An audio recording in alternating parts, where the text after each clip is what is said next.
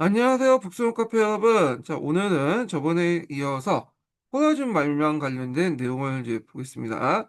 자, 요 관련된 내용의 이제 그는 장춘인 서유기라는 그 책에서 나오거든요.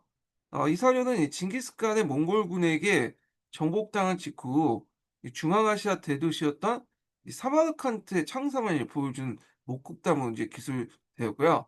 이때 이제 그 도시 안에 인구 한 4분의 1의 정도가 급감했고 기존 사회 질서가 붕괴됐고 그때 몽골이 임명한 생록인과 이제 이주해온 한인들, 거란인 등이 이제 원주민을 지배하는 새로운 민족 계층 질서가 수립됐다라고 이제 내용이 있어요. 자, 그러면 이제 내용을 좀 보면 첫 번째로 보면 인구 감소와 사회 구조 재편 관련된 내용이 있어요. 그래서 여기 사료의 내용을 보면 그 당시 이제 몽골 침공 이전에 술탄 무하메드 시대 때 이 사마르칸트의 인구가 약 10만 명 정도 달했다고 이제 내용이 있죠. 그러나 징기스칸의 원종으로 나라가 무너진 후에 살아난 사람은 이제 4분의 1밖에 되지 않는다고 하고요. 생존자 대부분이 위구르인이었지만 이들은 토지를 소유할 수 없었고 대신에 이제 한인, 거란인, 소고도인이 종속되었다. 예, 그리고 행정관리와 장관들은 생목인이 임명되었으며 한인 수공업자는 성안에 섞여 살고 있었다. 이런 내용이 이제 있습니다. 그다음에 두 번째 이제 단락을 보면 이 도시의 파괴와 이 불안전 치안 관련된 내용이 있죠. 그래서 성안 선안 성 안에 있는 언덕 위에는 과거 술탄 군정이 있었는데 몽골의 고위 관리였던 태사 야율 아해가 이 궁전에 살고 있었고 그다음에 강 북쪽에 현재는 강 북쪽으로 거쳐 옮겼다. 그 이유는 뭐 식량난에 시달렸던 위구르인 사이에 도둑이 많아서 그들의 그들이 반란을 일으킬 걸 두려웠기 때문에 그렇다. 이런 내용이 있고요. 그래서 이때 이제 그 정보기에도 도시 치안이 별로 안 좋았다는 걸 이제 보여주고 있죠. 자, 그러면 이제 그 내용을 통해서 이제 알 수 있는 것은 그 몽골의 후아진 정복에서 중앙아시아 역사에 돌이킬 수 없는 그 영향을 미쳤는데요. 그 당시 이제 사마르카트 같은 대도시의 파괴와 인구 확산은 당시 세계 최고 수준이었던 이 중앙아시아 이슬람 문화를 치명적인 타격을 입혔고요. 특히 이제 정교한 수의 시설이 파괴되면서 이 지역의 농업 기반이 크게 훼손되었고 회복하는 데는 수세기에 걸렸다는 거. 그리고 인제 이 기록에서 볼 수 있듯이 이 몽골 제국이 정복지에 수입한 이 다민족 어떤 계층 질서 초기 모습을 이제 명확히 보여주고 있는데 자 몽골인을 이제 정점으로 해서 그다음에 생목인, 한인, 거란인 등이 이제 이주해 온 민족들이 그 아래로 그리고 마지막으로 이제 피정복민들이 그 치아처로 구성된 구조가 만들었다. 자 그리고 여기 인제 한인 수공업자들이 멀리 있는 사마르칸트에서 거주했던 기록을 통해서 볼 수 있듯이 몽골이 제국 전역에 필요한 기술자 집단을 강제로 이주시켜서 활용했다는 걸 또 보여주고 있잖아요. 자, 이러한 강제 이주는 이제 피정복민에게 큰 고통이었고 결과적으로 동서양의 기술과 문화가 제국 전체로 퍼져나가는 또 계기가 되었다는 거. 그리고 이제 요 사례에서 또 볼 수 있는 것이 몽골 정복 전쟁에 극심한 잔혹선하고 그 파괴적인 결과로 제3자의 시선에서 생생하게 증언하는 그런 이제 1차 사회적 가치가 있다. 그래서 몽골 정복 전쟁의 극심한 잔혹성과 그다음에 파괴적인 결과를 제3자의 입장에서 이제 기록을 했다라는 데 나온 데 있죠. 자, 의미가 있다고 보시면 되겠습니다.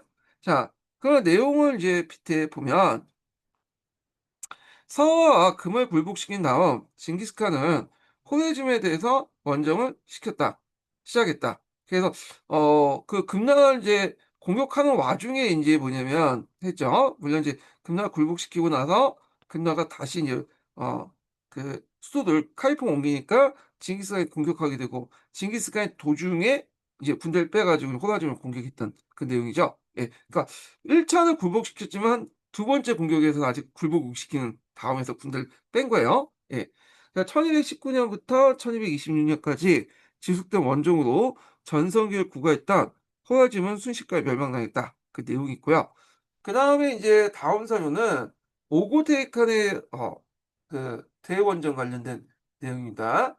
자, 요게 이제 그 내용은 요 관련된 내용은 원조비사였어요. 원조비사. 그래서 이제 주 내용을 보면요. 징기스칸 사후에 그의 유언에 따라 1228 년에 쿠데타에 의해서 셋째 아들이었던 우구데이가 인제 뭐냐면 2대 대칸으로 선출되죠. 그래 갖고 인제 그 가정과 그 즉위 직후에 그의 아버지의 유업을 이어서 서아시아와 그다음에 동유럽 대규모 원정군을 이제 파견하는 그런 결정된 내용을 파견한 결정을 내는 그 내용을 담고 있죠. 자 그러면 이제 내용을 보겠습니다. 먼저 우구데이 칸의 선출과 권력 인양이 내용이 나와요. 그래서 1228 년에 징기스칸 아들들 뭐 차카타이, 투르이 등등 부마, 만호장, 천호장 등이 이 몽골 지도자들이 이제 카로강 강가에 모여 가지고 그 당시 이제 쿠데타를 열었다. 자 이들은 징기스칸 생전에 지명한 대로 그의 셋째 아들이었던 우구데이를 새로운 칸원에 선출했다. 요 내용이 이제 나오고요. 자 그리고 자카타이와 그 동생이었던 그 뭐냐면 투이는 징기스칸의 직속 부대였던 만 명의 친위대와 본영의 백성들을 우구데이 칸에게 위임하면서 그 권위를 위임을 했고요.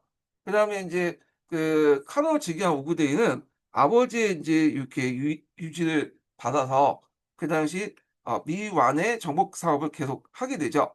그래서 이제 첫 번째 나온 거 정복 사업의 첫 번째 나온 거에서 인제 내용 보면 서아시아 쪽의 원정을 오늘날 중동 지역이죠. 그래서 징기스칸이 시작된 이 바그다드의 칼리프에 대한 원정이 계속하기 위해서 초도만 칸의 후속 부대를 파견했다.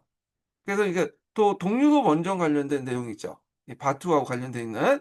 그래서 키차크와 러시아 등지에서 작전 중이었던 어 수베 수베아테이가 공격에 처했다는 소식을 듣고 바투나 쿠육, 몽케 등이 여러 왕자들의 후속 부대로 이제 출전을 했다는 내용이 있고 그다음에 인제 또 밑에 유럽 원정 관련된 내용이 있어요. 그러니까 오그레이는 이제 유럽 원정군의 총지휘를 바투도 임명했고요.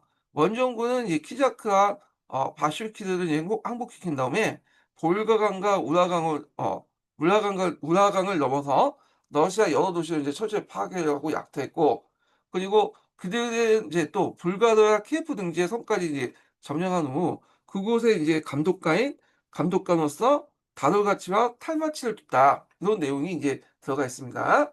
자 그러면 이 내용을 통해서 이제 알 수 있는 것은 뭐냐면 일단 그 첫 부분에서 알 수 있듯이 그 징기스칸 사후에 분열 위기 없이 인제 쿠데타를 열어서 그의 유언대로 이제 우구데이가 순조롭게 칸의 자리를 계승했다. 그래서 이제 몽골 제국의 통일성이 유지됐다는 걸 볼 수 있고요. 그다음에 유럽의 대원정이 시작됐다는 걸 볼 수 있죠. 바투가 이제 총지휘한 이 원정은 유럽 역사상 큰 충격을 주게 돼요. 그러니까 몽골군은 이제 러시아 건국들을 모두 정복하고 뒤이어서 폴란드, 헝가리까지 공격해서 유럽에 인제 공포를 뛰게 만들었고 그리고 인제 이 원정 결과 인제 그 러시아에 우리가 키차크 항구 그러니까 금장 항구 또는 주치울루스라고 이제 부르는 얘는 이제 뭐냐면 러시아를 지배하게 됐다. 이게 성립돼서 러시아를 지배했는데 약 200년 넘는 그 기간을 러시아에서는 타타르의 명예라고 이제 불렸던 시기죠. 자 그다음에 인제 여기에서 인제 또 볼 수 있는 건 뭐냐면 우구데이가 인제 그 업적 중에 예전에 한번 시험 나온 문제 있죠. 역찬제도 인제 정비. 그래서 우구데이는 이 정복지에 그 뭐냐면 역참을 깔았죠. 그래서 수도 칼라쿤을 건설하고 역찬제도를 이제 정비했고 그다음에 그 마지막 보면 다돌가치 같은 지방건을 파견했다고 했잖아요. 그래서 이게 이제 몽골 제국이 단순히 약탈적인 어떤 유목적인 군사 약탈적이고 유목적인 군사 조직에서 점점 정복을 바탕으로 통치를 바탕으로 한 그런 국가 시스템으로 발전됐다. 그리고 인제 이런 이제 몽골의 침해에 의한 팍스 몽골리아카가 이제 확대되면서 그 서쪽은 유럽, 동쪽은 고려에 이르는 강대한 영토를 정복하고 안정시켰으며 유라시아 대륙에 있는 거대한 교육과 교류의 장, 팍스 몽골리카라고 이제 부르는 것이 확대된 기반을 마련했다. 이렇게 이제 보시면 되겠습니다. 자, 그러면 이제 그 관련된 내용을 이제 볼게요. 징기스칸의 뒤에 이어서 그 셋째 아들 우구데이가 호인칸으로 이제 선출되었다. 자, 우구데이 시기에는 고려와 금, 남송, 동유럽 일대에 대한 정복 전쟁이 진행되었고 1236 년부터 시작된 바투의 독립 원정은 유럽의 공포의 도가니를 이제 몰아넣었다. 이렇게 있고요. 자, 세 번째 인제 사료를 보겠습니다. 요거는 쿠비랑 칸 관련된 내용인데 자, 쿠빌라이 시 때 이제 원정 내용들 쭉 내용을 갖고 있어요. 기술되고 있죠. 그래서 이제 그 내용을 이제 좀 보겠습니다. 자, 첫 번째로는 남송 멸망 과정이야. 그래서 이 남송은 원래는 이제 몽골족이 쳐들어오니까, 그러니까 금나라를 몽골족이 치니까 그 남송하고 몽골족이 연합을 해서 이제 뭐냐 같이 그 뭐냐 연합해서 공격했죠, 금나라를. 근데 이제 나중에 금을 정복하고 나서 곧바로 그 원나라가 또 남송하고 또 붙게 된 거잖아요. 그래서 이제 그때 남송을 처음에 공격했던 게 몽케고, 그다음에 이제 몽케가 그 남송 원정 중에 양양성 전투인가? 거기에서 이제 이렇게 죽고 나서 싸움 중에 죽었죠. 그리고 나서 인제 쿠빌라이 칸이 인제 즉위를 하게 되고, 쿠빌라이 칸이 남성을 계속 공격해 가지고 멸망을 시켰죠. 자, 요 관련된 사료가 인제 이거 내용인데, 요 사료 주요 내용을 보면요. 1274 년부터 1276 년까지 이 몽골의 청사령관 바얀이 남송을 정복하는 마지막 군사 작전을 과정을 기록하고 있어요. 그래서 몽골군이 불필요한 사륙을 피하고 항복을 유도하는 쿠빌라이 칸의 전략에 따라 파죽지세로 남성의 방어선을 무너뜨렸고요.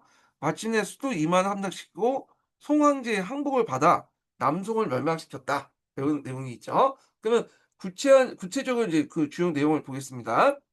자, 먼저 이제 첫 부분은 이 남송 정복하는 과정에서 펼쳐진 그 일종의 쿠빌라이 칸의 심리전? 음, 이런 것들을 볼 수 있어요. 그리고 자기가 얼마나 이제 인자하고 간대한다는 걸 좀 보여주는 조치들을 이제 취하게 되는데, 그 이제 첫 번째 내용을 보면요. 1274년 원나라 세조가 바야흐는 이제 총상을 임명해서 과거 북송을 정복했던 조빈처럼 사람 죽이는 걸 좋아하지 말고 무고한 백성을 피해를 최소화하라고 이제 명령을 내렸죠. 그래서 이 바야흐는 이 전략을 충실히 이행해 가지고 그 당시에 인제 그 사형성을 인제 공격해서 함락한 후에 항복한 장수 항순에게 후한상을 내어 시켰고요. 그래서 이제 이 사료에서 볼 수 있듯이 송측 장수들에게는 우대를 널리 알리고자 했다. 이게 이제 잘해 주면 나중에 항복하면 인제 뭐냐면 죽지 않고 살아남을 수 있고 또 우대받을 수 있다라는 걸 이제 알려주기 위한 거죠. 그래서 이런 것도 일종의 무력 공격과 함께 항복을 유도하는 어떤 심리적 같은 효 효과를 구사할 수 있잖아요. 자, 그래서 이제 이런 항복 그 경유 정책이 나오는데 효과를 거둬서 후에 강릉, 악주, 한양 등등 양쯔강 중의 요충지에 잇따라 인제 항복을 하게 되죠.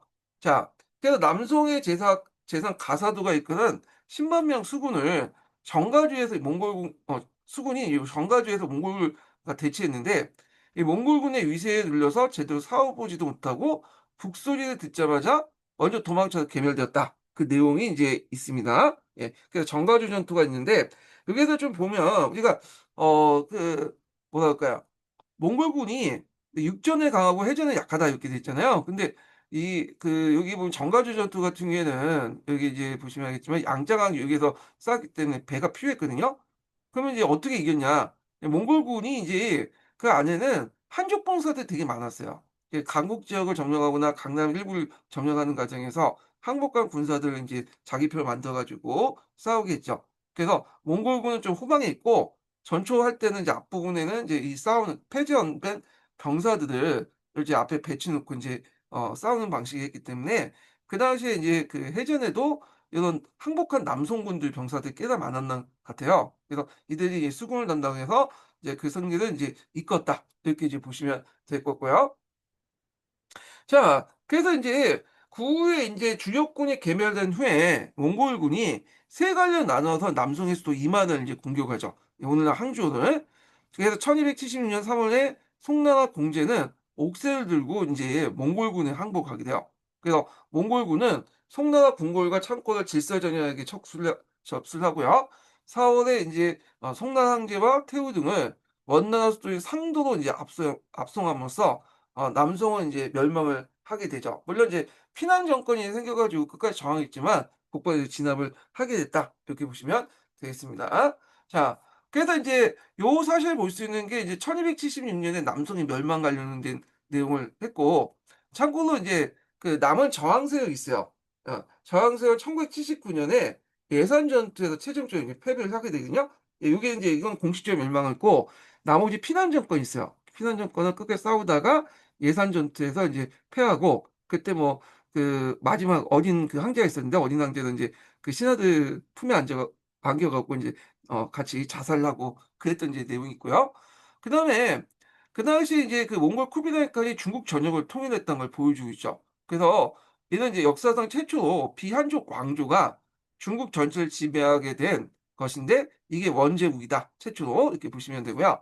그다음에 이제 이 정복 전략의 이제 변화를 볼 수 있는데, 초창기 때 징기스칸 때는 무자비한 파괴와 학살 위주였잖아요. 근데 쿠빌라이 시대 때는 해유와 항복을 유도하는 방식으로 훨씬 정교한 정복 전략을 이제 했다. 그러니까 왜냐하면 계속 이제 파괴하고 학살하면, 물론 그걸 겁먹고 이제 항복하는 사람도 있겠지만, 이걸 보고 더 이제 저항심세 갖고 개기는 애들도 있을 거 아니에요. 그러니까 당근과 채찍을 주면서 이렇게 달래면서 얻으면서 해 가지고 정복했다는 거. 자, 이는 이제 거대하고 복잡한 농경사회를 효율적으로 정복하고 통치하기 위한 전략적 변화였고요. 그리고 파괴하고 점령해 버리면 의미가 없죠. 그러니까 인제 상대방을 힘을 온전한 상태에서 항복을 이렇게 유도해야지 나중에 적이 거기를 점령하고 나서 세금도 더 거둘 수 있고 그런 거 아니에요. 예. 자, 그래서 요 이제 송나라의 멸망이 어떤 의미가 있냐. 그 당시 경제적, 문화적으로 세계 최고의 수준의 번영을 누렸던 이 송나라 시대가 막을 내리고 몽골인이 지배하는 새로운 시대가 이제 열렸다. 이게 상징적 사건이죠. 그리고 이 원나라 통치 아래에 몽골인의 어떤 제일주의에 기반한 새로운 신분 질서가 수립되는 등 중국 사회는 이제 이전과 다른 거대한 문화적, 사회적 변화를 겪게 되었다. 이렇게 이제 보시면 되겠습니다. 자, 그러면 이제 요 내용을 이제 좀 볼게요. 자, 몽골의 남성에 대한 공락은 우구데이 시기인 1235 년부터 시작되어 쿠비라이 시기 때 종결되었다. 그래서 이제 남송은 수십 년간 효과적으로 몽골의 공락을 막아냈다. 하지만 그 당시 이제 1273년 북방의 요충 중 이 양양 공격이 상당히 이제 뭐냐면 심했거든요. 그래서 이 양양 공격전이 이게 그게 잘 실패한 후에 뭐냐면 불과 3년 만에 몽골의 공세에 건드리지 못하고 멸망하고 말았다. 그러니까 이제 양양을 인제 해서 그 당시 이제 공방전을 잠깐 다시 얘기할게요. 남성은 수십 년 내내 효과적인 몽골의 공략을 막아냈다. 하지만 1270년 북방 요충 양양, 그러니까 양양이 예전부터 뚫리지 않았는데 여기가 뚫린 거야. 그래서 이제 3년 만에 몽골의 공세에 건드리지 못하고 멸망했다. 그래서 그 당시에 이제 몽골족하고 남성군이 제일 이제 격전지가 요 양양이었다. 요거 좀 기억을 해 두시면 되겠습니다. 자, 그다음에 인제 다음 사료는 우리나라하고 더 관련돼 있죠. 예. 이거는 이제 일본의 원전 관련된 내용이잖아요. 그래서 원사에 있는 내용인데, 요 사료 내용을 보면 인제 1281 년에 원나라 이 쿠비라 칸이 일본을 정벌하기 위해서 파견된 2차 원정군의 준비 과정과 비극적인 실패의 내용을 이 기록을 하고 있어요. 네, 쿠비나이 칸이 불필요한 학살을 금하고 지휘관들의 하합을 당부함에도 불구하고 원정군은 작전 계획의 혼선 끝에 일본에 도착했고, 거기다가 가미가제를 만나서 한대가 괴멸됐죠. 그래서 지휘관인들이 남은 이제 병사 10만 명을 버리고 도주를 했고, 이는 일본군에게 학살당하거나 포로 잡히는 이런 결말을 맞게 됐다. 그 내용이 주 내용인데요. 자, 그런 내용을 보겠습니다. 먼저 이제 첫 번째 부분은 원정의 명분과 황제의 훈시가 있어요. 그러니까 원정군을 보낼 때 이렇게 인제 뭐냐면 훈시한 내용도 있죠. 그래서 이 원정군은 인제 뭐냐면 몽골군하고 고려 연합군, 나중에 남송군이 인제 또 신부군이라고 하는 남송군이 이제 항복한 남송군이 합류하잖아요. 그래서 하여튼 있는데, 출발 때 인제 10만 대군에게 일본 정벌을 인제 명했어요. 이게 아마 인제 고려하고 몽골 연합군 부대인 것 같아요. 자, 그런 출정의 명분을 내세워서 저들이 우리 사자를 붙잡아 두고 돌려보내지 않아서 이렇게 인제 우리가 어쩔 수 없이 인제 전쟁에 나가는 거다. 그래서 그 장수들에게 백성들을 다 죽여 버린다면 그 땅을 얻어봐서 아무 쓸모도 없다. 그러니까 불필요한 학살을 금지하고 한마음을 hợp의하여 마치 한 사람같이 답하라. 그래서 인제 지휘관들 사이의 불화를 특히 우려하면서 화합을 인제 뭐냐면 당부하는 그 내용이 있죠. 이렇게 있고, 그래서 인제 작전 계획 이제 수행 관련된 내용이 있고, 그거가 이제 혼선 분야, 작전 계획을 수행하는데 여러 가지 혼선들이 빚어진 내용들이 있는데요. 자, 처음 계획은 고유의 금주, 김해에서 합류한 것이 되었으나 이 일본의 이끼섬을 만나기 위해 변경되었고요. 그러다 이제 포로해 온 일본 성원에게 시사토성이 방비가 없고 어 그 군함 주둔에 유리한다는 이제 정보를 얻자 이곳을 먼저 점령해서 이제 전초를 만들겠다, 교보도를 만들겠다는 이제 계획을 세우죠. 하지만 쿠미네카는 현지 사정을 아리칸 등이 잘 알 것이다 하면서 현장 지휘관들의 최종 결정을 위임하면서 또 지휘체계 혼선을 인제 뭐냐면 남겼다. 이렇게 인제 되어 있어요. 그래서 그 당시에 인제 그 시다토성을 인제 공격을 하려고 중앙에서 이게 결정했고 했는데 그걸 듣고 쿠빌라이 칸은 현지 사정에서 이제 현지 사정관이 결정한 거지 여기에서 결정해서 되겠냐. 그러면서 인제 이런 내용들이 있나 봐요. 하여튼 이렇게 했고, 자, 그다음에 인제 여기 요 단락부터 인제 좀 보면 요 내용 보면 파도 원정군이 태평을 만나서 인제 배가 대부분 부서졌다. 이 가미가제라고 하는 어 거죠. 그래서 이제 사와 도서원이 패전병의 증언에 따르면 8월 1일 날 태풍이 불자 5월에 법문호 등 지휘관들은 견고하고 좋은 배를 골라 타고 병사 10여만을 산안에 이제 10만 명을 산안에 버려둔 채 가버렸다. 그래서 남겨진 병사들은 자체적으로 지휘관을 뽑아서 배를 먼저 탈출하고 했으나 7일 일본군의 습격을 받아 거의 다 죽었고요. 그 2-3만 명만 이제 뭐냐면 포로가 되었다. 이렇게 이제 내용이 있죠. 그래서 9일 날 이 일본군 포로가 된 몽골들, 고려인, 한인들이 이 일본들에게 모두 죽었다. 이런 내용이 있습니다. 그러니까 일본 측의 기록에 의하면 그중에 일부는 이제 몽골군 뭐냐 포로가 돼 가지고 힘든 고역을 이제 시켜 가지고 인제 그 이렇게 살다가 죽었다. 뭐 그 내용이 있어요. 예. 자, 그 내용들 중에 이제 그 있고 그 내용을 그 밑에 있는 내용을 한번 보겠습니다. 자, 원의 일본 원정은 1274 년부터 해서 1281년 두 차에 걸쳐 진행되었다.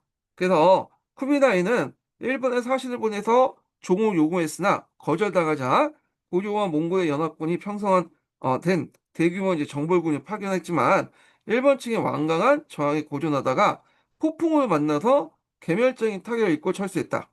그래서 이건 이제 2차 원정 결말을 이제 보여주고 있다. 이렇게 보시면 돼요. 그냥 요 내용에서 인제 볼 수 있는 게 뭐냐. 일단 두 번에 걸친 대원정 때문에 다 태풍, 가미가제라고 하는 일본 애들이 가미가제라는 태풍한테 어 그가 일본의 저항 때문에 실패를 했잖아요. 그래서 결국에는 쿠비나카는 일본 정부의 야망을 이제 포기를 하게 되고요. 그다음에 이 가미가제 신화가 탄생되죠. 두 번의 이제 태풍이 절체정명의 인제 그 위기 속에 나라를 구했다고 믿게 된 일본에서는 신이 보낸 바람, 그러니까 신풍이 가미가 그 당시 이제 그 당시 가미가제가 일본이 지켰다는 이제 지켜주는 가미가제 신화가 탄생됐고요. 이건 훗날의 국가의 자부심과 국수주의 사상의 주요 기반이 되었다는 거. 그리고 인제 우리가 알다시피 태평양 시대 때 인제 자살 폭격기 뭐 가미가제 여기에서 나왔고, 그다음에 나름대로 일본은 신을 지켜준 나라다 일본은. 그렇기 때문에 이런 나름대로 일본의 어떤 그 민족주의가 형성됐다. 뭐 중세적 민족주의지만 이렇게 민족주의 형성에 큰 영향을 줬던 것이 그 뭐냐면 일본의 쿠비나이 칸의 일본 원정이었죠. 자, 그다음에 가마쿠라 막부의 위상이 강화됐죠. 그래서 세계 최강의 인제 뭐냐면 몽골 제국을 성공적으로 막아낸 가마쿠라와 무사기의 위상이 일본 내에서 크게 높아졌는데, 근데 이거는 인제 잠시뿐이지 후에 인제 가마쿠라 막부가 이 무사들에게 어떤 토지를 지급할 수 없죠. 왜냐면 이건 뭐 원정하는 과정에서 인제 뺏은 토지가 없기 때문에. 근데 무사들은 자담을 통해서 자기 부담을 통해서 거기 나가는데 그거에 대해서 인제 얻을 게 없다 보니까 그리고 빚을 지고 이제 나갔잖아요. 빚을 지고 군대를 가서 싸웠는데 뭔가 토지가 지급된 게 있었는데 토지 지급한 거 없고, 그러니까 이제 이 무사 계급들이 몰락을 하게 돼요. 예. 그래서 요게 일본 사회에서 인제 가마쿠라 몰락의 막부의 몰락의 어떤 배경이 되기도 하거든요. 그래서 잠시 위상이 강화되긴 했지만 이건 일시적인 것뿐이고요. 자, 그다음에 원나라의 군대 한계가 노출됐다는 거. 그래서 그 당시 몽골 제국의 해상 원정과 이 대규모 상륙 작전에 익숙하지 않다는 이 군사적 한계가 드러나죠. 왜냐하면 이제 이 상륙 작전이라는 게 그 쉬운 게 아니에요. 지금도 어려운데 그 당시에 얼마나 어렵겠어요. 그래서 대규모 인력을 가지고 그 병력을 상륙하고 그 본토에 그 다시 적지 안에 들어가서 싸운다는 게 지금도 뭐 되게 힘든 건데 그 당시에는 상당히 힘들었겠죠. 예. 그리고 이제 이 쿠빌라이 칸이 이제 훈시해서 앞에 이제 서로 간에 하합을 해라. 그게 왜냐면 이게 이제 군대가 여러 이민족 군대로 구성돼 있잖아. 몽골군 외에도 한족이나 고려인 부대, 그다음에 뒤에 이제 합류한 신부군이 나온 남성 군대, 이렇게 하다 보니까 이 지휘관의 지휘부의 불화와 이 무책임함, 이런 것들이 인제 뭐냐면 예전에 쿠빌라이 칸이 이게 우려했던데, 이런 것들이 이제 그 우려대로 이제 현실화된 거죠. 예. 그래서 이제 요런 내용들 이제 파악을 해 주시면 되겠습니다. 자, 그다음에 인제 다음 사례는 뭐냐면, 쿠빌라이 칸 즉위하는 과정에서 그 반대파들에 관련된, 대립 관련된 내용이죠. 뭐 첫 번째는 이제 쿠빌라이와 그 동생이었던 아이부케와 관련된 내용이야. 자, 요 관련된 내용은 어디에 있냐면 그 나시드 아띠의 집사에 있는 내용이야, 집사. 예. 그래서 그 사료 내용을 이제 보면요. 1259 년에 몽케칸 사후에 그의 동생들이 쿠빌라이와 아이부케 사이에 그 벌어진 후계자 다툼을 서술하고 있죠. 그 몽골 본토에 있던 아리부케와 남송 원정 중이었던 쿠미나이가 서로를 의심하고 계약을 꾸미다가 결국에는 이제 1260년 다른 그 각자 다른 장소에서 쿠데타를 이뤄서 스스로 대칸을 즉위하면서 몽골 제국에 두 명의 대칸이 존재하는 심각한 내전 상태에 빠져 있는 내용을 이제 보여주고 있는데요. 자, 그래서 인제 요걸 인제 좀 보면 첫 번째 이제 그 단락에서는 이 쿠비나의 의심과 기한 관련된 내용이 있어요. 그래서 이제 남송 원정주였던 쿠비나이는 이 몽골 본토에 남아있던 동생 아리부케 우드를 알 수가 없어서 불안했는데, 그는 사태 파악을 위해서 그 당시 그 바하투르 노란은 이제 귀족을 의미하죠. 예, 귀족의 일종의 자기라고 보시면 돼요. 몽골족의 귀족 자기라고, 귀족의 어떤 칭호라고 볼 수 있는데, 바하투르 노얀 등 소수의 군대만 남겨두고 자신은 거란 변경에 있는 항하 기슭으로 돌아가겠다 결정하고 북쪽으로 귀환했어요. 그리고 카이퐁에 도착한 이제 쿠비나이는 이 아리부케 측의 사절이 군대를 소집하고 왔다는 사실을 알고 동생의 의도를 이제 분명히 파악을 했다. 그래서 이제 이때 이제 게락이 발견된 아리부케는 몽골 본토에 있는 왕자들을 소집해서 지금까지 소홀히 방치되고 있는 칸의 문제에 대해서 제대로 결정할 걸 이제 이렇게 선언을 하고, 그걸 이제 그는 또 쿠비라이를 속이기 위해서 몽케칸의 장례를 치는 것이 좋으니 쿠비라이와 모든 왕자들이 꼭 와야 된다. 고 거짓 전가를 했죠. 그러니까 몽골 본토로 오라는 거예요. 자, 그의 속셈을 알고 있었던 왕자들은 모두 구금했던 것이다. 그의 속셈은 이제 그 왕자들을 모두 구금하려고 했던 거고, 쿠비라이이 멍청하지 않으냐, 않았겠죠. 그래서 쿠비라이 측이 오지 않자 이게 아리케 이제 북의 왕자들은 우리가 언제까지 그들을 기다릴 수 있겠느냐 말하면서 몽골 본토에 있는 무리들만로 단합해서 알타이 하영지에 가서 아리푸케는 이제 칸을 자기가 앉히는, 그렇게 인제 하죠. 그래서 새롭게 자기끼리 쿠데타를 해 갖고 이제 요렇게 했다. 그래서 아리푸케를 칸으로 앉혔다. 그게 이제 보시면 될 것 같고요. 요 뒤에 있는 내용까지 인제 있는 거죠. 그래서 이 아리포케 반란을 일으켰다는 사실을 알고, 솔직히 반란이라기보다는 새로운 이제 뭐 자기가 먼저, 아리포케가 먼저 이제 쿠데타를 열어서 칼을 댔다고 보시면 되죠. 반란이 이제 나중에 쿠비나니가 이제 정식 그 이제 뭐냐 아리포케를 이기고 황제가 된 다음에 그렇게 이제 썼으니까 이제 반란이라고 했던 거고.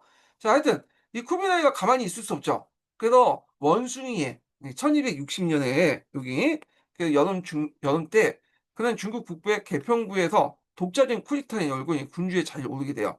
그래서 이때 모든 왕자들과 이 그 당시 아미르들은 갈래들에 따라서 그를 칸으로 추대했다 이렇게 있는데, 이 아미르라는 사람이 뭐냐면 지방 제후예요. 그래서 그 셀주크 투르크 때 지방 제후들을 아미르라고 했거든요. 그래서 아마 이제 이 나시르 아티긴이 이란국이고 이 중동 사람이니까 예전에 이제 그 자신의 언어 그 예전에 이제 셀주크 투르크 때 지방 장관들 이 아미들을 이제 그 생각해 갖고 요렇게 한 것 같아. 그러니까 여기는 그래서 아미라고 그냥 읽고 있지만 주로 인제 그 지방 제후들 요렇게 이제 해석하시면 되겠죠. 이거는 이제 중동식 표현이라고 보시면 돼요, 요거는요. 예.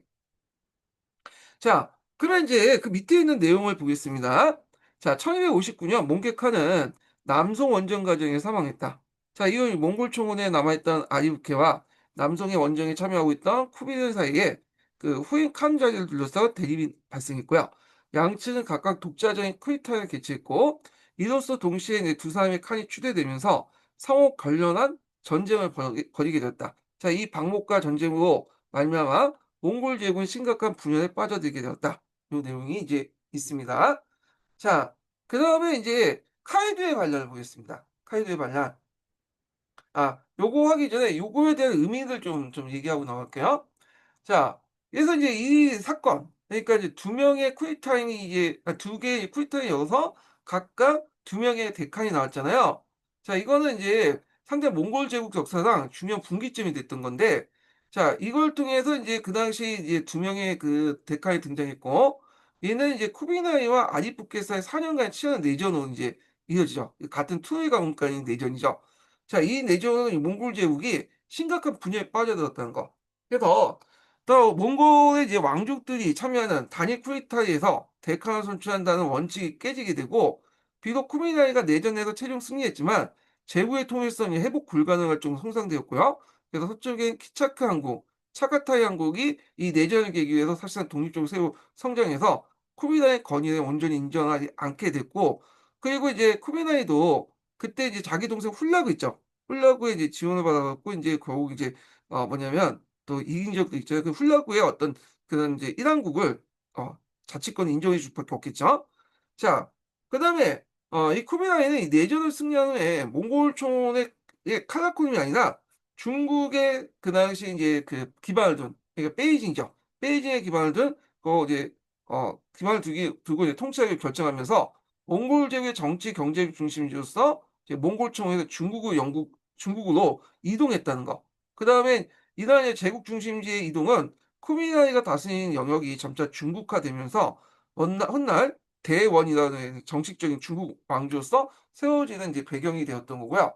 또 하나의 중심지에서 이제 하나의 대칸이 다스린다는 이 통일된 세계제국은 이런 징기스칸 이상은 내전을 계기로 이제 사실상 종결되었죠. 그 이후에 몽골 제국은 4 개의 독립적汗国, 원나라, 키차크, 차카타이, 일간국, 오고타이는 차카타이 밑에 이제 통합이 됐고, 하여튼 나누어서 각자의 길을 걷게 되었다. 그러니까 상한국의 분리의 어떤 계기가 됐던 것이 이 내전이었다. 이렇게 보시면 되겠습니다. 자, 그래서 인제 요 내용도 있고요. 자, 그다음에 밑에 있는 카이도의 반란을 좀 보겠습니다.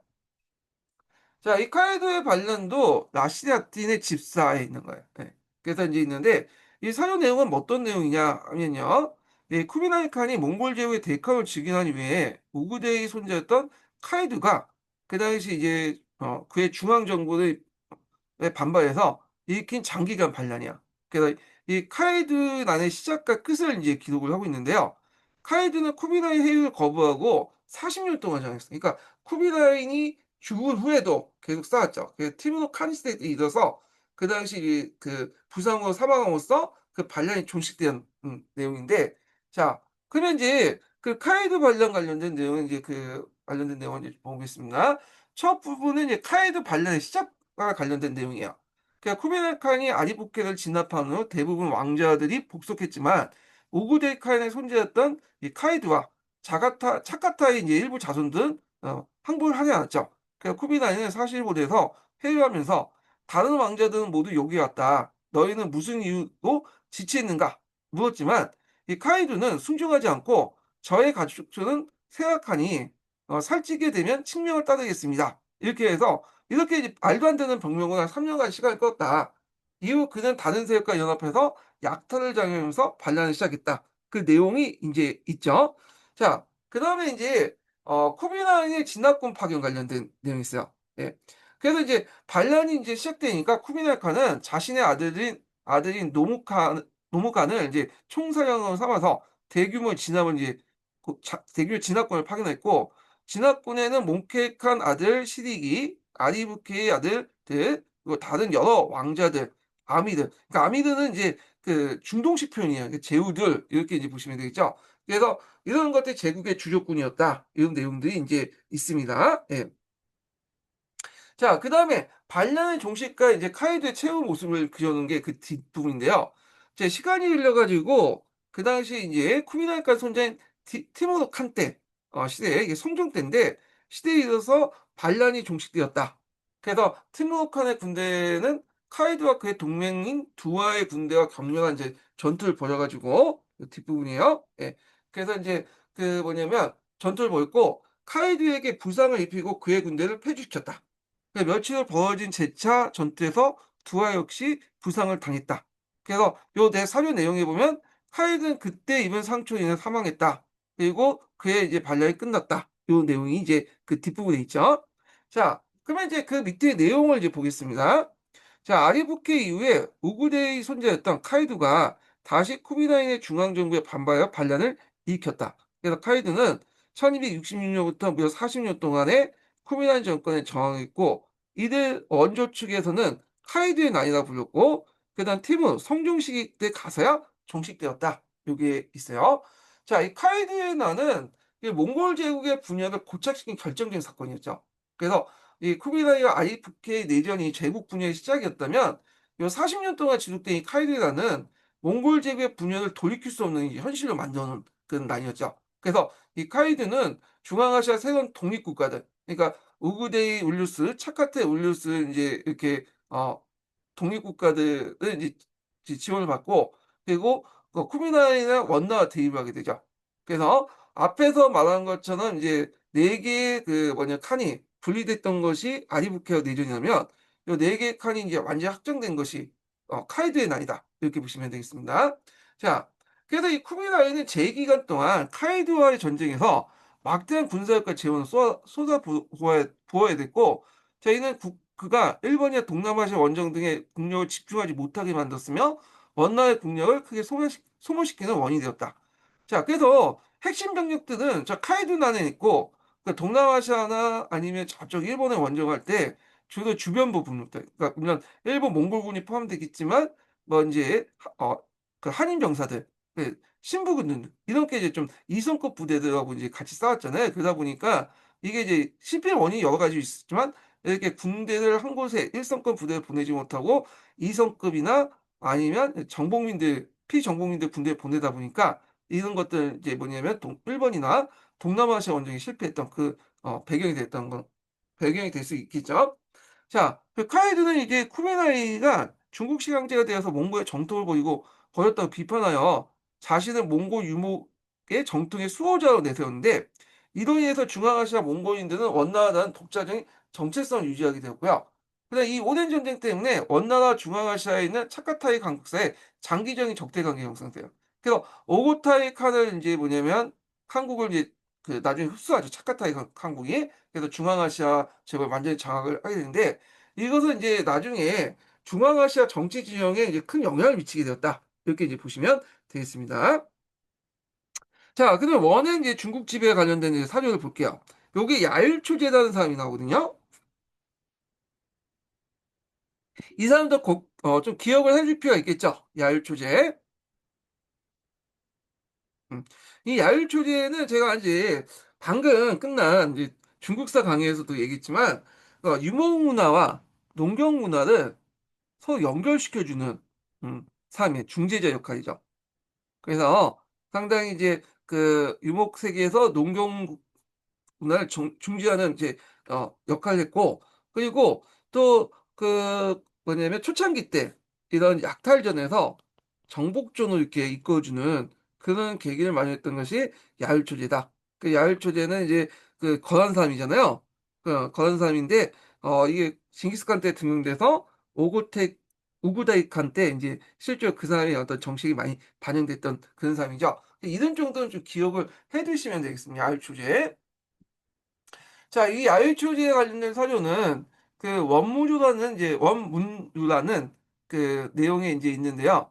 그래서 이제 이 내용 보면 거란족 출신이었던 금나라 가였던 야일초제가 몽골에 기순한 후 이 징기스칸 핵심 참모가 되는 과정을 좀 보여주고 있죠. 특히 이제 몽골의 일부 강경파가 정복한 하복의 한인들을 모두 죽이고 그 땅을 목축지로 만들자고 주장했을 때, 야열체제가 제도의 도입을 통해서 막대한 재정을 확보할 수 있으면 이제 설득을 하여 그 하복 주민의 학살을 막고 몽골 지역의 통치 방식의 결정적인 변화를 이끌었다. 아까 얘기했처럼 이제 약탈전이 아니라 정복전으로 이제 바뀌게 되고, 그리고 이제 그냥 버려두는 게 아니라 이제 통치하겠다는 그 통치라는 개념을 제시해 줬다. 이렇게 이제 보시면 되겠습니다.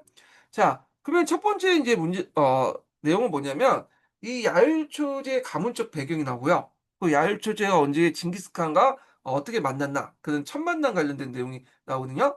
그래서 야율초제는 요나라 동남아의 8대 손이고 그의 부친이 훗날 틀림없이 위대한 인물이 되지만 다른 나라를 위해 쓰일 것이다 예언했다고 전해지고 있어요. 그의 이름은 초제, 그러니까 초나라의 인재를 진나라 썼다. 이런 이제 그 고서에서 유래됐다는데 1215년 금나라 수도 영경이 몽골에 함락된 후에 징기스칸한테 불려갔어요. 징기스칸은 요는 금과 대대로 원수이다. 내가 너를 위해 복수해 주겠다. 말하니까 말하면 그를 해외했는데 근데 야율초제의 답변은 좀 약간 신선했죠. 신박했죠. 신은 선대일에 일찍이 신하가 되어 금을 섬겼다. 어찌 그 예전에 뭐 조상들의 원수는 원수고 내가 이제 신하가 돼서 금을 섬겼는데 어찌 두 마음을 지녀서 어버이 같은 군주에게 복수할 마음이 품겠습니까? 이렇게 답하니까 이전 군주에 대한 충의를 이제 보니까 이 징기스칸 입장에서 이게 신뢰가 있는 애다. 근데 좀 웬만한 사람들은 이제 그냥 공간 쓰면 압을 다 뜰 텐데 징기스칸 보니까 이건 좀 믿을만하다. 다 예전 선대 군주들에게 충성했으면 자기한테도 충성할 수 있는 인물이잖아요. 그래서 징기스칸 그 말에 의롭게 여겨서 측근을 삼아 이제 자문을 구했다. 자, 징기스칸이 서방 원정으로 이제 제국의 창과 비게 되니까 그때 넷이 베데라는 사람이 한인을 얻더라도 아무 소용이 없다. 모두 없애 보이고 그 땅에 풀과 나무를 무성하게 하여 목축지로 삼자. 이렇게 주장했어요. 그러니까 이는 정주 농경민을 이제 학살하고 하북 전체를 목축지로 만든다는 아주 끔찍한 제안이었는데 자, 이게 인제 이에 대해서 야율초제가 인제 요 뒷부분이죠. 야율제 앞에서 인제 얘기를 했죠. 어 "천하는 드높고 넓는 것 같아 무엇인데 못 구하겠습니까? 어찌 쓸데없다고 얘기하시겠습니까?" 반박을 해서 이런 이제 구체적으로 수치를 낼 수 있어요. 여기에서 좀 야율체제가 그냥 뛰어난 게 그 당시에 이제 징기스칸 때 징징대면서 한인들 좀 살려 달라고 하면 징기스칸이 뭐 "아이 뭘 그래." 하면서 이제 한인들 반발감이 일어날 거 아니에요. 근데 징기스칸한테 구체적 수치를 들면서 "이러이러한 것들이 실리적인 증이 있으니까 살려두면 너한테 이득이 되겠다." 이렇게 이제 얘기를 하니까 살려준 거죠 지금. 예. 그래서 이제 그 내용을 보면 자 이 구체적인 수치까지 제시했어요. 왜냐하면 그냥 얘기하면 이제 이 신뢰감이 안 생기잖아요. 그래서 하북 지역에서 토지세, 상업세, 그리고 술, 식초, 소금, 철 등에 대한 세금을 거두면 매년 은 50만 냥, 비단 8만 피, 사 40만 석에 달하는 막대한 재원을 확보할 수 있다. 이렇게 이제 얘기하고 나고 이제 얘기를 하니까 징기스칸이 그의 말을 듣고 진실로 그대의 말과 같다면 국가의 재정이 넉넉해질 것이다. 그대로 이제 시행하도록 해라. 자, 이에 이제 아유르의 각 지방에 조세 징수 기관을 설치하고 유학자 선발 관리 임명했다. 그 내용이 이제 그 밑부분에 있죠. 자, 그래서 그 내용을 보면요. 자, 몽골 제국 초기 국가 체제 구축에 대해 대단한 중요한 역할을 한 인물이 야율초제라는 겁니다. 그래서 그는 건한왕족의 후예로서 금에 출사했다가 금의 중도가 그 몽골에 의해서 점령된 다음 징기스칸의 막하에 들어갔다. 그래서 야율초제는 정주 시대, 특히 이제 하북 지역의 지배 방식을 수립하는 데 큰 공을 세웠다는 거. 자, 그러면 그 내용을 통해서 이제 볼 수 있는 게 뭐냐면 일단 결과적으로 하북 지역의 한인들이 대량 학살당하고 그의 농경지가 목축지로 변하는 끔찍한 사태를 막았다는 거죠. 예. 그래서 중국 문명의 어떤 연속성을 보존한 결정적인 사건이었고요.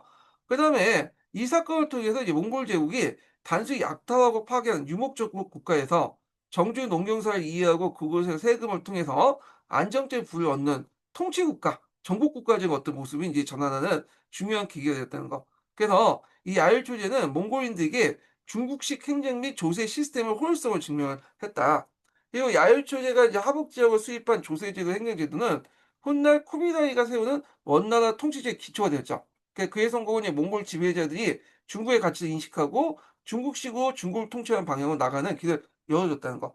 그리고 이 야율초제는 이제 유목 정복군자를 이제 보좌하는 문명적인 통치를 이끌었던 문인 관료의 전형을 보여주고 있죠. 그래서 멸망한 요나라와 금나라의 신하였음에도 불구하고 그의 능력과 충성심이 징기스칸한테 인정받은 후에 몽골 제국이 다양한 민족의 이제를 통한 긍정적인 영향을 끼쳤는데 징기스칸 자체가 사람을 혈연이나 이런 걸 안 보고 인종이나 이런 거 안 보고 능력과 충성심을 봐요. 그러니까 징기스칸은 어떤 출신이든 어떤 계급이든 어떤 이제 민족이든 간에 인종이든 상관없이 자기한테 충성하고 능력만 있으면 다 포용해서 자기 사람을 만들었던 사람이에요. 예. 그래서 징기스칸이 인제 이렇게 대규모 인제 세계 대제국이 있던 게 그의 인제 인재가 인제 항복했다는 거 이제 보시면 될 것 같고요.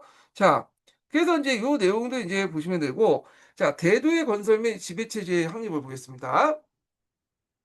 자, 이 대도라는 것은 인제 대칸이 사는 도시란 뜻이에요. 그러니까 오늘날 북경을 얘기하죠, 북경.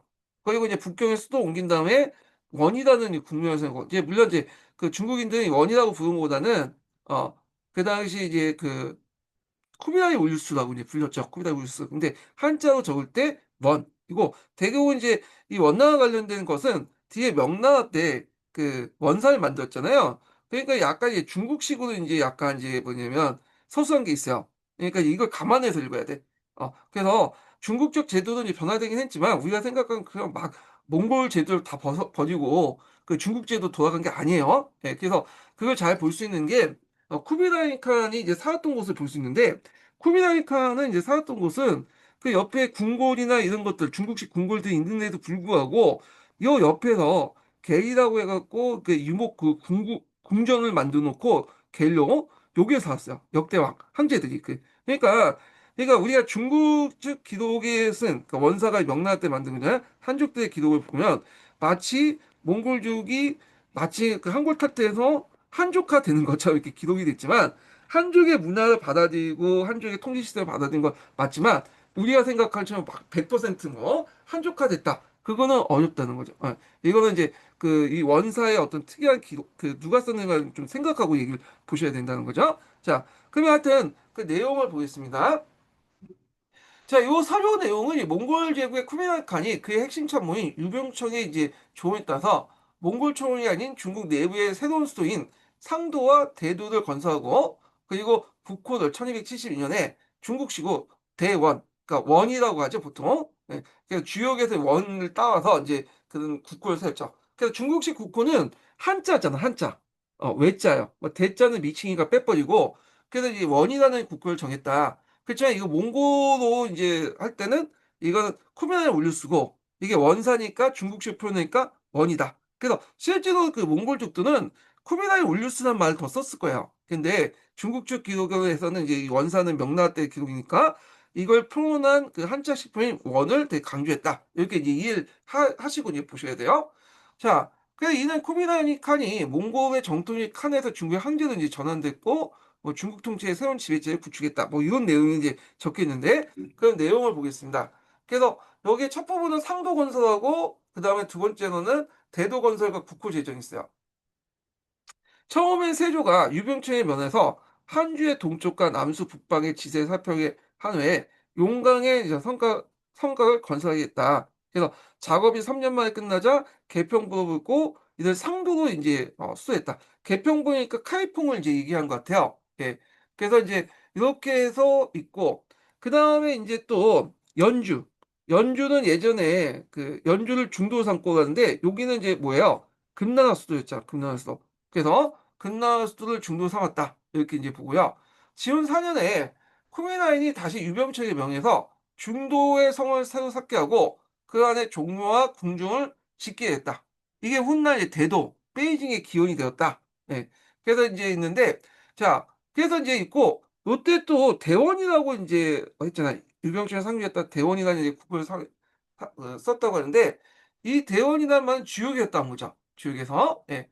자, 그래서 이런 이제 그 조치들은 몽골 제국과 중국 역사의 근본적인 전환을 가져왔는데요. 일단 몽골 제국 중심지가 이동했죠.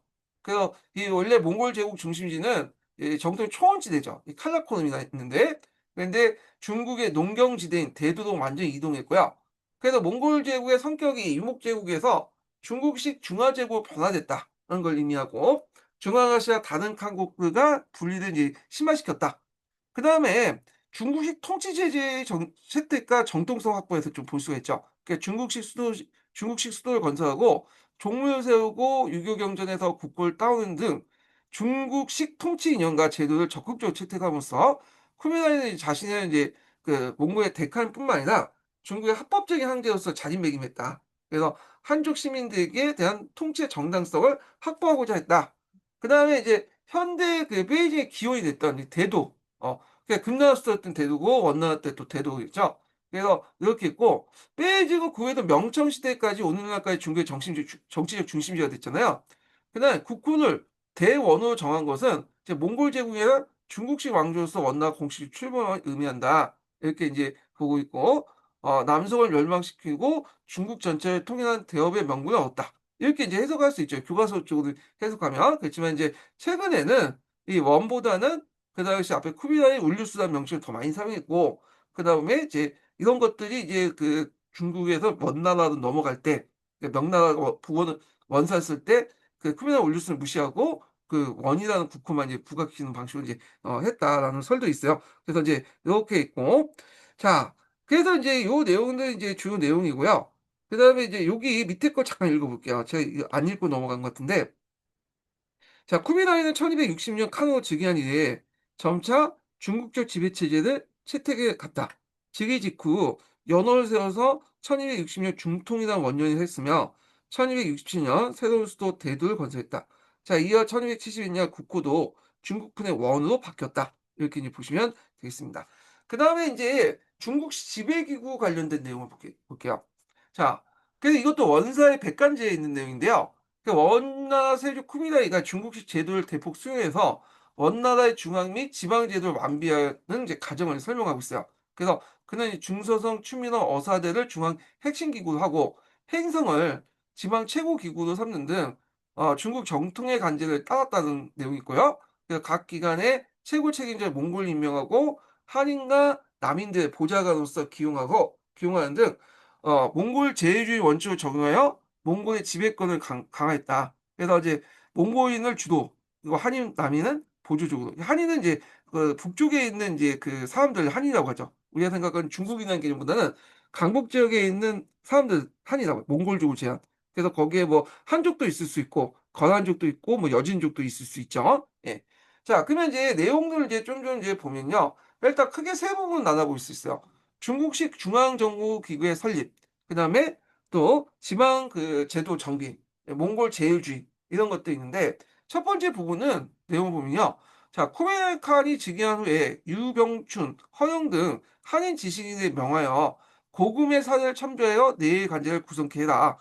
야, 그래서 이에 따라서 이제 정부의 총괄하는 중서성, 그러니까 군사를 담당 추미던, 어사대를 뒀다. 이런 내용들이 이제 그 밑에 쭉 있죠. 그래서 3대 핵심 중앙기구를 편성하게 되었고, 자, 이는 정통적인 중국 왕조의 제도를 원용한 것이다. 이렇게 보시면 되고요. 그 다음에 그 밑에는 이제 지방행정 정비와 관련된 내용이 있어요. 그 지방에는 행성, 행대, 선의사, 연방사 같은 상위 행정 및 관찰 기구를 뒀고 백성을 직접 통치하는 이제 하위 행정 단위로서 중국의 정통적인 로, 부, 준, 현 이런 체계를 이제 채택했는데 여기에서 눈여볼 게 이제 행성이죠, 행성. 예. 이 행성은 뭐의 약자냐면 행성인데 중행성 잠깐만요.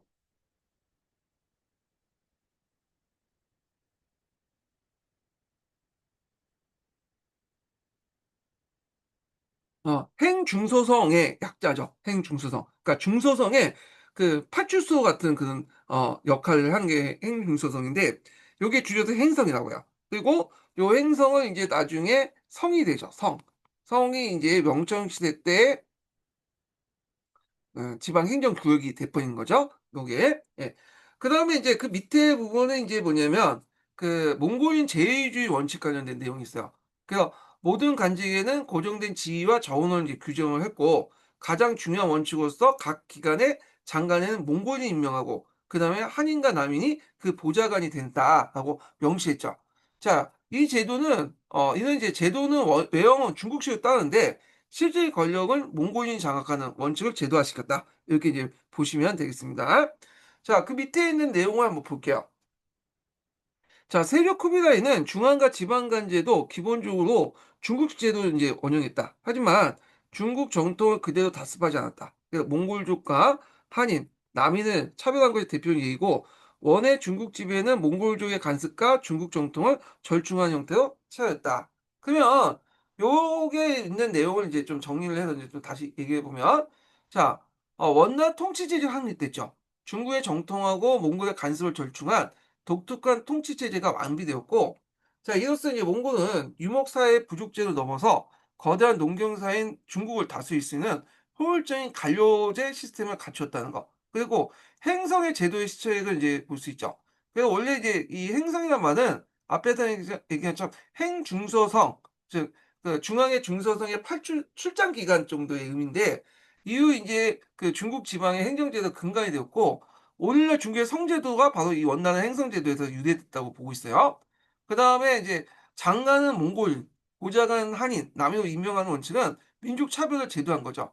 그래서 이제 몽골 전체에 이제 적용된 신분 질서의 일부로서 몽골인은 지배권을 확보한 몽골인의 지배권을 확보해야 하는 역할을 했지만 동시에 피지배층인 민족인 한인과 남인의 반감을 사는 계기가 됐고 자 그래서 이 제도는 인제 몽골 제국이 중국을 통치하기 위해서 중국의 정통적인 시스템을 받아들일 수밖에 없음을 보여주는 동시에 결국에는 중국에 완전히 동화되지 않고 몽골에서 지배권을 유지하였던 이 정보 관계의 이중적 성격도 드러내고 있다. 이렇게 이제 보시면 되겠습니다.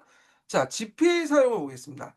자 요거 이제 그 원나라 때 사용했던 그 지폐는 교초죠, 교초. 예. 원나라는 그 특징이 뭐냐면 음본이 어떤 통화 체제를 인제 구축하려고 했어요. 예전에 송나라까지는 동본이었잖아요.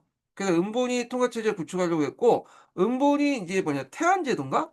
이런 것들을 인제 만들려고 했거든요. 그래서 음을 인제 중앙 관청에다 보관해 놓고 그에 맞는 교초를 발행해요. 네. 그래서 음본이 가서 또 은하도 발행하죠. 근데 전쟁을 하고 뭐 남송 원정하고 등등 해 갖고 이게 은이 보관할 만큼 더 이게 원래 태안제도인데 교초가 은을 인제 뭐냐면 교환할 만큼의 태어날 만큼의 교체만 발행하면 되는데 계속 전쟁으로 돈이 이제 많이 쓰니까 그렇지 못하고 불태안 집회를 인제 발행하게 돼요. 결국에는 초창기 때 은본이 태안 제도는 폐지되고 그리고 불태안 제도로 이제 이렇게 넘어가게 되죠. 예. 요런 것들 이게 특징인데요. 자 그러면 이제 내용을 이제 보겠습니다. 요거 하기 전에 인증번호 알려드릴게요. 인증번호는 76 번입니다. 예 인증번호 76 번이에요. 자 여기 인제 그 내용을 좀 보면요. 원나라 세조 쿠빌라이가 1260년 중통 원년이죠. 송나라 금나라의 제도를 참고해서 원나라 공식 지폐 제도를 처음으로 정비하는 과정을 기술하고 있어요. 그다음에 이제 그는 비단을 기준으로 고초와 은을 기준으로 한 중통 원복 교초를 이제 발행했는데 참고로 요 교초는 초창기 때는 은본위에 입각한 은퇴한 지폐였어요. 예. 그래서 보초를 발행할 때 은을 인제 뭐냐 담보로 해서 발행을 했고 그 당시 보초를 갖추면 교초를 갖고 오면 은을 내주는 그런 시스템인데 이건 초창기 때만 유지되고 나중에 불태한 지폐로 바뀌게 되죠. 자 그래서 비단과 은은 이게 은 외에도 비단이 있어요 또. 예. 이것도 이제 태안 지폐를 발행하기 전에 이제 일종의 태안 그 뭐냐면 지폐를 발행하기 전에 은하고 비난을 인제 뭐냐면 이렇게 가치를 이제 보관을 해 놓고 그에 대해서 이제 발행하는 제도라는 거 태안제도 인제 보시면 돼요. 그래서 이중본위에 기반한 통일된 지폐 시스템을 구축했다. 그 내용들이 있는데요. 초창기 때예요, 초창기 때. 예. 그래서 요게 이제 첫 번째 부분을 보면 지폐가 당나라 비전에서 유래했다고 설명하고 있어요. 송나라 교자와 금나라 교초가 모두 물품이 부모, 지폐가 자식이 되어 부모, 자식이 서로 균형을 이루도록 통용되었다. 그래서 이제 물품이라든지 그다음 철정 같은 거 있죠. 이런 것들 이제 뭐냐면 그 보관해 놓고 그걸 바탕으로 해서 담보로 해서 발행했다. 이런 걸 인제 얘기하고 있죠. 자 이런 지폐가 실물 자산을 기반으로 그 가치를 보증받는 태안화폐 원리로 인제 운영됐다고 인제 보고 있고요. 그래서 인제 몽골 제국 초기에도 지폐를 사용했으나 기록이 없어서 상세하지 않다고 언급하면서 본격적인 제도는 세조 때 중통 원년에 시작됐다. 그러니까 태종 때도 했는데 여기에서 인제 세조 때 했다고 이제 기록을 하고 있어요. 보초의 이제 그 교초의 기원을. 자 먼저 비단본위의 교초. 비단을 보관해 놓고 교초를 발행하는 거죠. 태안고고 그래서 은 50 량의 교초 1000량을 통행시켰다. 이때 모든 가격, 물품 가격은 비단을 했는데 그 외에 이제 은본위 지폐인 중통 원복 교초를 발행해서 전국적으로 통행했다. 그래서 은을 또 보관해서 그걸 가치로 해 가지고 뭐냐 발행했다. 이렇게 보시면 돼요. 그리고 은하도 발행했어요. 은하도. 근데 은하 발행은 초창기 때고 나중에는 이제 발행을 안 하죠 잘. 예. 그리고 요 태환적인 어떤 지폐 성격도 여기에서는 이제 뭐냐면 초창기 때문에 그 얘기인데 시간이 지나면서 이제 불태환 지폐가 많아지면서 태환 제도는 폐지됐죠. 근데 이 불태환 지폐도 에도 불구하고 교초는 원나라 망할 때까지 계속 사용했죠. 왜냐면 그걸 가지고 인제 뭐냐면 저희 염가도 하고 염하고 인제 염의 전매자하고 또 연결돼 있으니까 그렇게 인제 있는데 그래서 이제 요런 거와 인제 연결시켜서 보시면 되고요. 그래서 그때 새로 발행된 중통 원복 교초는 일간이 비단 교초 1량과 같은 그 가치를 지녔으며 이간은 백은 한 량 같은 가치를 지녔다. 자, 이와 별도로 이 비단에 글씨를 써서 쓴 중통 은하도 만들었으나 통용되지 않았다. 예. 은하도 있었으나 통용되지 않았는데 일부 통용됐긴 했어요. 왜냐하면 지금 남아있거든요. 통용됐으니까 남아있는데 그 수가 아주 적어요. 예. 그러니까 이제 일반 시민들이 그 은하를 뭐냐면 접한 건 별로 없었다. 이렇게 보시면 되겠습니다. 그래서 요런 것들은 이제 보면 음본이 태안 제도를 바탕으로 했다. 이렇게 이제 보시면 되겠습니다. 그렇지만 요거는 잠시뿐이다. 예, 이렇게 이제 보시면 될 것 같고요. 자, 그러면 그 밑에 있는 내용을 보겠습니다. 자, 원대에도 지폐가 발행됐다. 원대의 지폐를 총괄하는 걸 교초라고 부른다. 또는 교초 또는 보초라고 하죠. 그러니까 교초는 원후반기 이래에 남발되어서 물가의 폭등을 초래했고 이를 말미암아 민간에서 교초를 통한 거래를 회피하여 일시 문물교환 형태로 복귀하는 모습들이 나타났다. 이렇게 이제 보시면 되겠습니다. 그래서 이제 남발했던 것은 그만큼 이제 그 태안 집회가 없어고 이제 불태환을 했는데 그 뭐냐면 계속 찍어냈기 때문에 남발할 수밖에 없는 거죠. 인플레이션 올라가고. 그러니까 가치의 신용도가 떨어졌다고 하는데 근데 전반적으로 볼 때 이제 가치의 신용도가 떨어지긴 했지만 나름대로 이제 뭐냐면 염가를 기초로 해 갖고 염의 전매제를 기초해 가지고 가치는 계속 유지가 됐기 때문에 뭐냐면 계속 사용됐다. 이렇게 이해를 해 주시면 돼요. 자, 그러면 이제 이 원나라의 지폐제도 수입 관련된 내용을 좀 살펴보겠습니다. 자, 쿠메나이는 중국 전역에 통용되는 단일 법정 지폐 시스템을 이제 확립했죠. 초기에는 은가의 태안을 보증했지만 곧 민간의 금은 보유를 금지하고 교촌을 유인한 합법 그 합배를 만들고 사실상 세계 최초의 국가 강제로 통용된 불안 지폐, 불태안 지폐도 이제 시스템을 운영했다는 거. 그다음에 이제 통일된 화폐는 원나라의 거대한 제국의 이제 상업 활동과 세금 징수를 원활하게 하여 경제 통합을 촉진시켰고 중앙 정부의 어떤 경제 통제력을 강화하는 데 크게 기여했다는 거. 어 그래서 인제 그 사회에서 볼 수 있듯이 원나라의 인제 정부는 후기에 갈수록 군사비에 막강한 인제 뭐냐면 이게 사회가 아니라 이 내용이죠. 이 내용에서 볼 수 있듯이 그 뭐냐면 원나라의 정부는 후기에 갈수록 군사비 막 군사비가 막대한 이 지출을 이 감당하기 위해서 하기 위해 준비금 없이 준비금은 이제 그 간청에 인제 뭐냐면 담보 가치로 놓아둔 은을 얘기하는 거예요. 예. 그러니까 준비금 없이 지폐를 남발하게 돼요. 이런 급식한 인플레이션이 유발돼서 교체의 가치 폭락하고 민생이 파탄나는 결과를 해서 원나라 멸망은 경제 중요한 멸망하는 데 중요한 경제의 원인이 됐긴 하지만 그렇다고 해서 뭐 그렇게 해서 그 특별하게 이제 뭐냐면 또 지폐가 인제 완전히 몰락을 한 건 아니에요. 이거는 제가 중국사 강의할 때 인제 좀 소개했지만 영가라든지 촌합이라든지 이런 식으로 해 가지고 지폐가 낮은 가정에서도 계속 통용이 됐다. 지금 달러도 마찬가지죠. 달러도 지금 지폐가 예전보다 확 떨어졌잖아요, 가치가. 그럼에도 불구하고 뭐 다른 가치가 이게 귀중한 가치가 없다 보니 다른 경쟁적인 그 화폐가 없다 보니까 그래도 낮아짐에도 불구하고 달러가 계속 기축통화를 유지하는 건데 요것도 인제 비슷한 경우라고 보시면 되겠습니다.